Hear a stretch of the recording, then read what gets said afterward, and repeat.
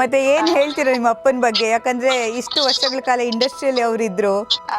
ಇವತ್ ನಾನು ಏನೇ ಇದೀನೋ ಅದನ್ನೆಲ್ಲ ನಮ್ಮ ಅಪ್ಪನಿಂದಾನೇ ಆಗಿರೋದು. ನನಗೆ ನಮ್ಮ ಅಪ್ಪನ ವ್ಯಾಲ್ಯೂ ನನ್ಗೆ ಇಂಡಸ್ಟ್ರಿಗೆ ಬಂದಾದ್ಮೇಲೆ ಗೊತ್ತಾಗಿದ್ದು, ಇಲ್ಲಿನ ಕಷ್ಟ ಏನು. ಇವತ್ತೇನಾದ್ರೂ ಸೋನೋ ನಗ್ನಗ್ತಾ ಖುಷಿಯಾಗಿ ವರ್ಲ್ಡ್ ನ ಫೇಸ್ ಮಾಡ್ತಾಳೆ ಅಂತಂದ್ರೆ the whole credit goes to my parents itself. ನಮ್ಮ ಅಪ್ಪ ಅಮ್ಮ ಇಬ್ರು, ಬಿಕಾಸ್ ಅವ್ರು ಖುಷಿಯಾಗಿರೋದು ನೋಡಿನೇ ನಾನು ಖುಷಿಯಾಗಿರೋದು.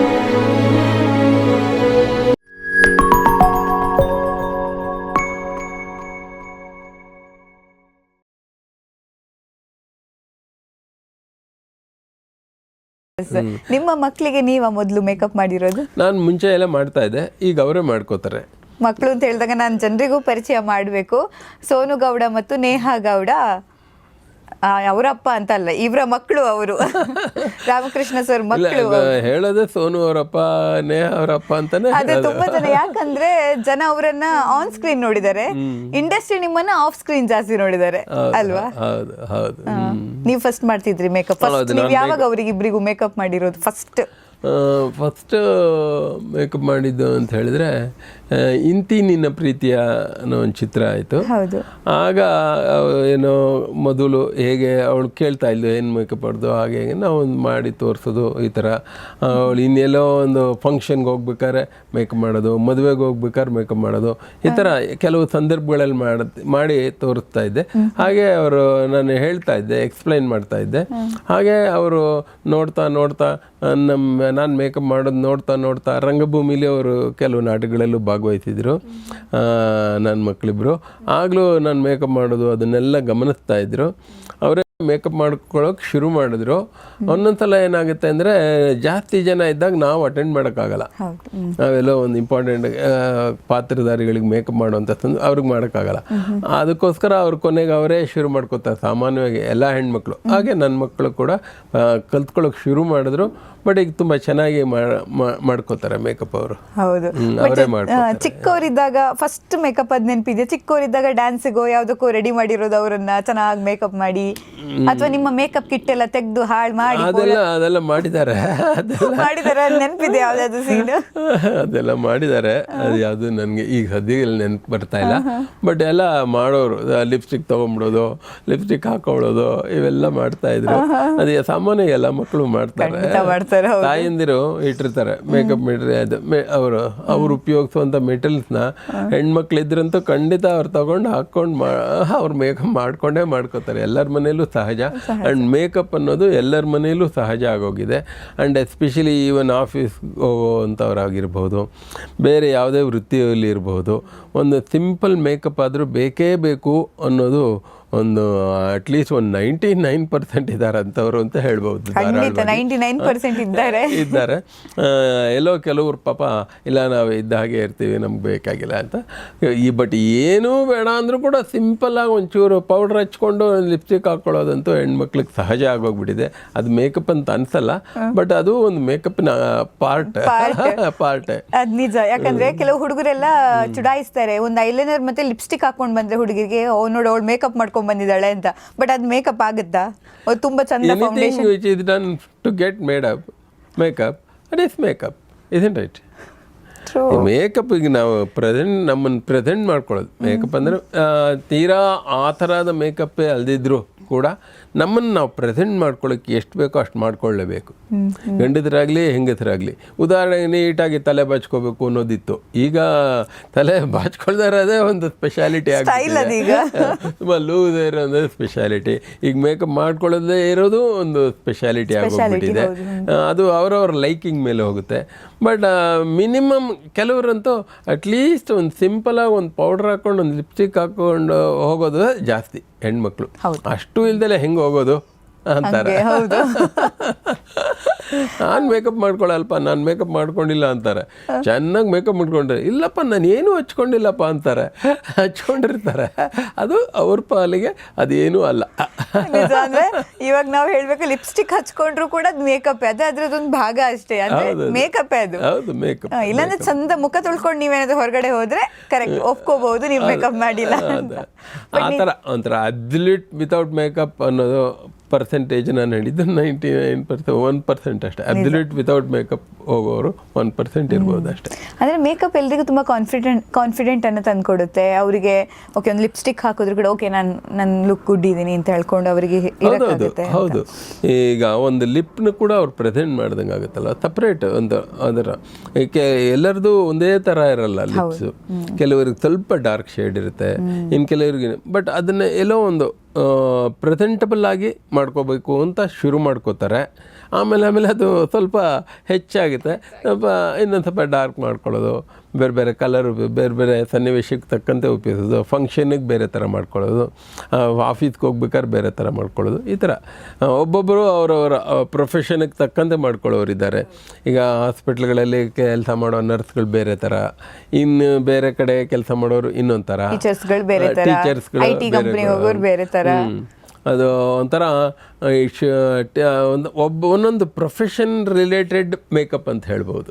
ನಿಜ, ಅದೇ ಇದೆಯಲ್ವಾ ಸರ್, ಕೋಚಿಂಗ್ ಕೂಡ ಕೊಡುವಾಗ ಯಾವ ಪ್ರೊಫೆಷನ್ಗೆ ಯಾವುದು, ಮದುವೆಗೆ ಯಾವುದು, ಆಮೇಲೆ ಹೊರಗಡೆ ಹೋಗ್ಬೇಕಂದ್ರೆ ಯಾವುದು, ಕ್ಯಾಶುವಲ್ ಯಾವುದು, ಆಫೀಸ್ ಲುಕ್ ಯಾವುದು, ಇದೆಲ್ಲವೂ ಕೂಡ ಲುಕ್ ಈಗ ಅಂತ ಫ್ಯಾಷನ್ ಇಂಡಸ್ಟ್ರಿ ಅಷ್ಟು ದೊಡ್ಡದಾಗಿ ಬೆಳೆದು ಬಿಟ್ಟಿದೆ. ಹೌದು, ಒಂಥರ it is a systematic study.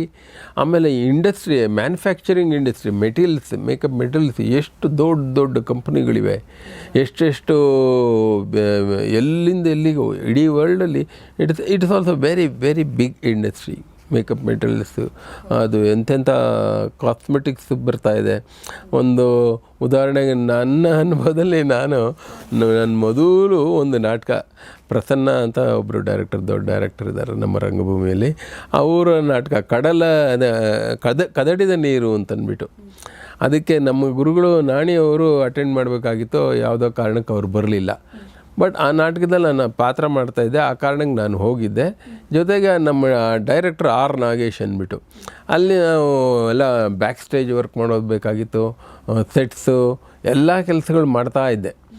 ಸರಿ, ಸಂಜೆ ಯಾವಾಗ ನಮ್ಮ ಗುರುಗಳು ಮೇಕಪ್ ನಾಣಿಯವರು ಬಂದಿಲ್ಲ ಅಂತ ಗೊತ್ತಾಯ್ತೋ, ಆವಾಗ ನಮ್ಮ ನಾಗೇಶನವರು ಏನು ಮಾಡಿದ್ರು, ಇಮಿಡಿಯೇಟಾಗಿ ನನ್ನ ಕೈಗೆ ಒಂದು 10 ರೂಪಾಯಿ ಏನೋ ಕೊಟ್ಟರು.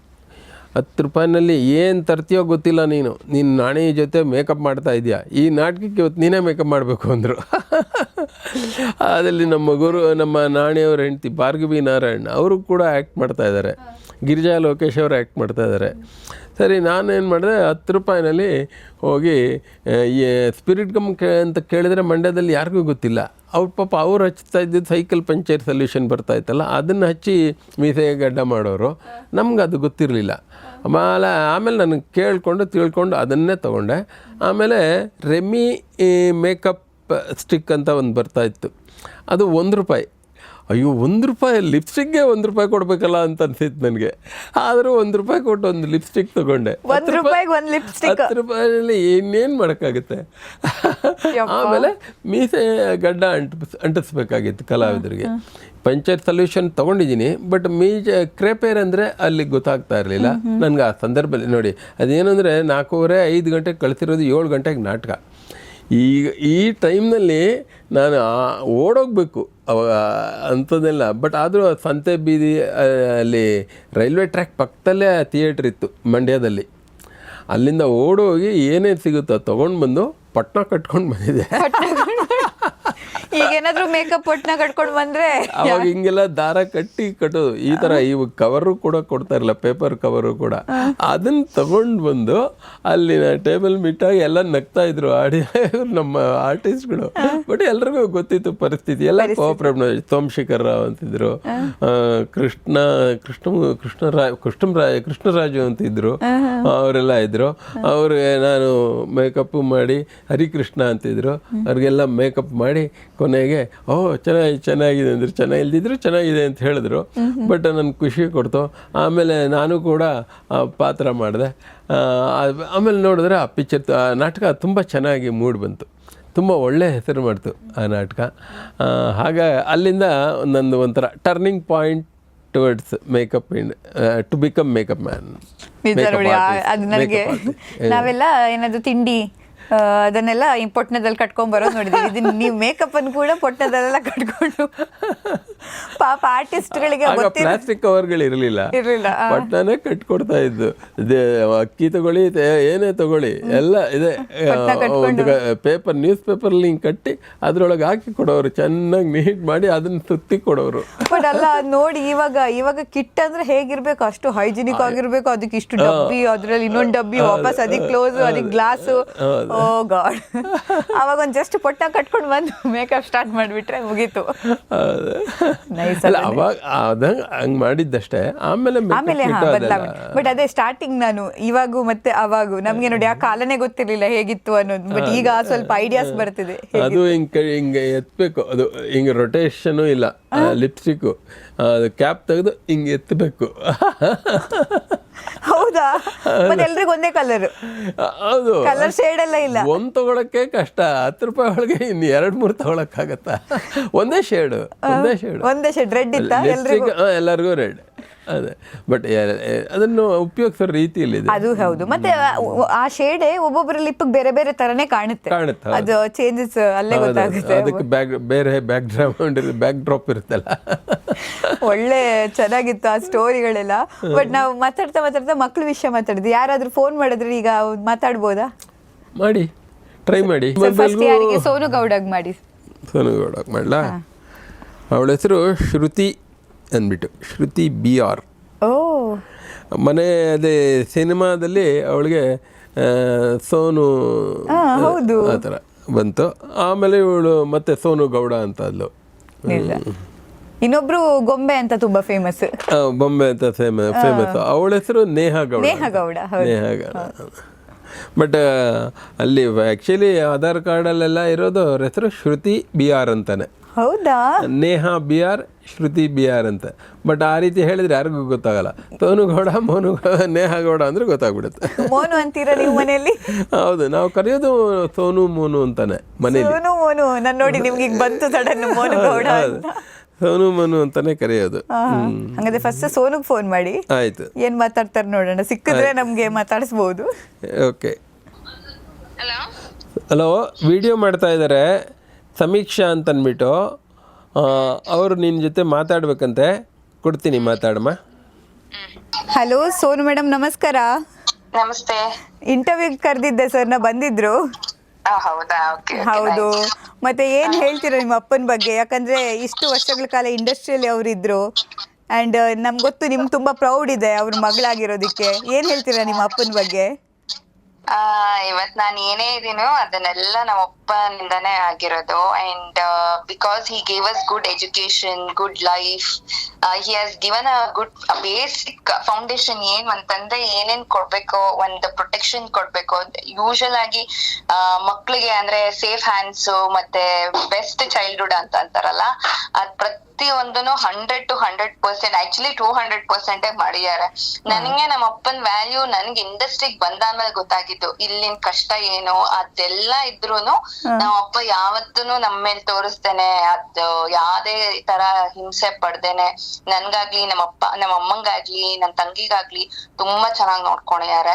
ಅಂಡ್ ಅದು ಒಂದ್ ವಿಷಯ ಅಂತಲ್ಲ, ಪ್ರತಿ ಒಂದ್ ವಿಷಯಕ್ಕೂ I am very very grateful. Because ಯಾರಿಲ್ಲ ಅಂತಂದ್ರೂ ತಂದೆ ತಾಯಿ ಇರ್ತಾರೆ ಅಂತ ಅಂತಾರಲ್ಲ, ಅದಕ್ಕೆ ಪ್ರತಿ ಒಂದ್ ಹೆಜ್ಜೆನಲ್ಲೂ ನನಗ್ ಸಪೋರ್ಟ್ ಮಾಡ್ಕೊಂಡಿದ್ದಾರೆ. Whenever there is a downfall also he stood by me. ಯಾರಿಲ್ಲ ಅಂದ್ರೂ ನಾನ್ ಇರ್ತೀನಿ ಅಂತ ಒಂದ್ ಕಾನ್ಫಿಡೆನ್ಸ್ ಕೊಟ್ರು. ಇವತ್ತೇನಾದ್ರೂ ಸೋನು ನಗ್ನಗ್ತಾ ಖುಷಿಯಾಗಿ ವರ್ಲ್ಡ್ ನ ಫೇಸ್ ಮಾಡ್ತಾಳೆ ಅಂತಂದ್ರೆ the whole credit goes to my parents itself. ನಮ್ಮ ಅಪ್ಪ ಅಮ್ಮ ಇಬ್ರು, ಬಿಕಾಸ್ ಅವ್ರು ಖುಷಿಯಾಗಿರೋದ್ ನೋಡಿನೇ ನಾನು ಖುಷಿಯಾಗಿರೋದು. So the whole credit goes to them. ಹೀಗೆ ಖುಷಿಯಾಗಿರಿ. ಬಟ್ ಸರ್ ಮಾತಾಡುವಾಗ ಒಂದ್ ವಿಷಯ ಹೇಳಿದ್ರು, ನೀವು ಅವ್ರ ಮೇಕಪ್ ಕಿಟ್ ಎಲ್ಲ ಚಿಕ್ಕವರಿದ್ದಾಗ ಹಾಳು ಮಾಡ್ತಿದ್ರಾ?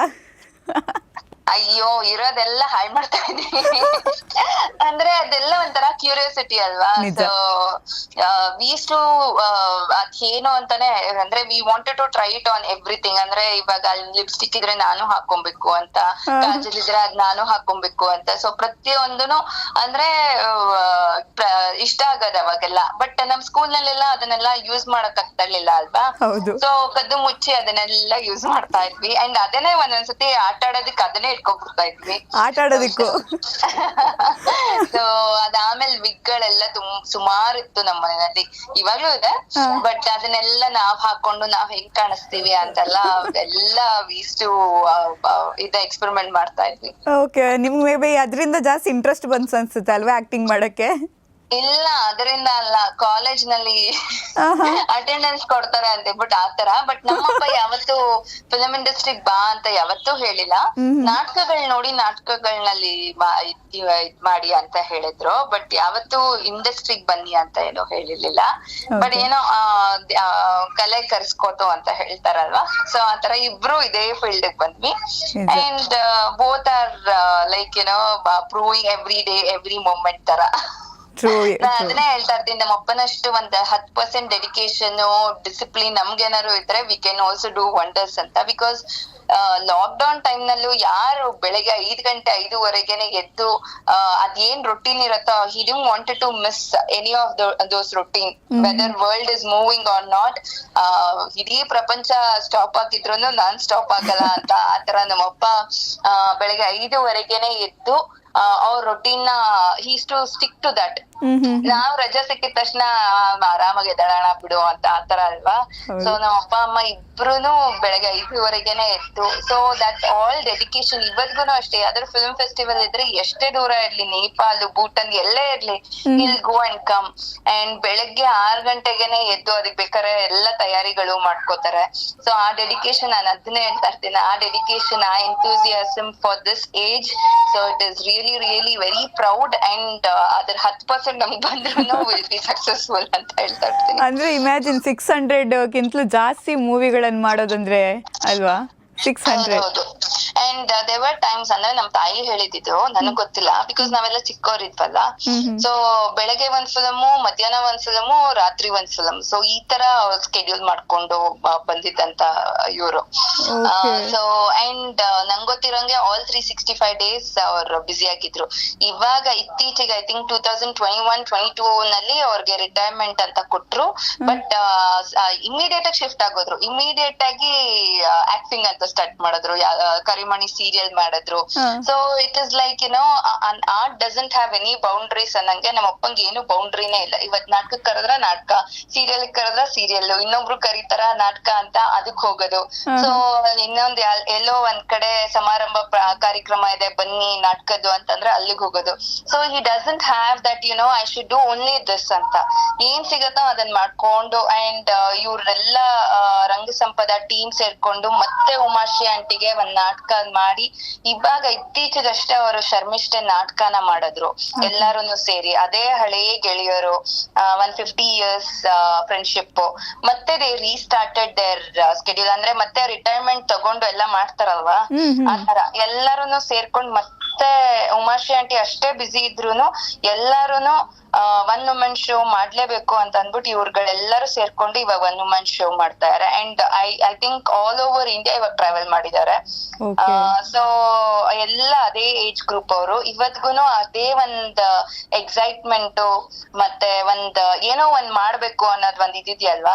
So every one will be like ಒಂದ್ 70s ಆಗಿದ ತಕ್ಷಣ ಇವಾಗ್ಲೇ 40s ಗೆನೆ ರಿಟೈರ್ಮೆಂಟ್ ಲೈಫ್ ಅಂತ ಅನ್ಕೋತಾರೆ.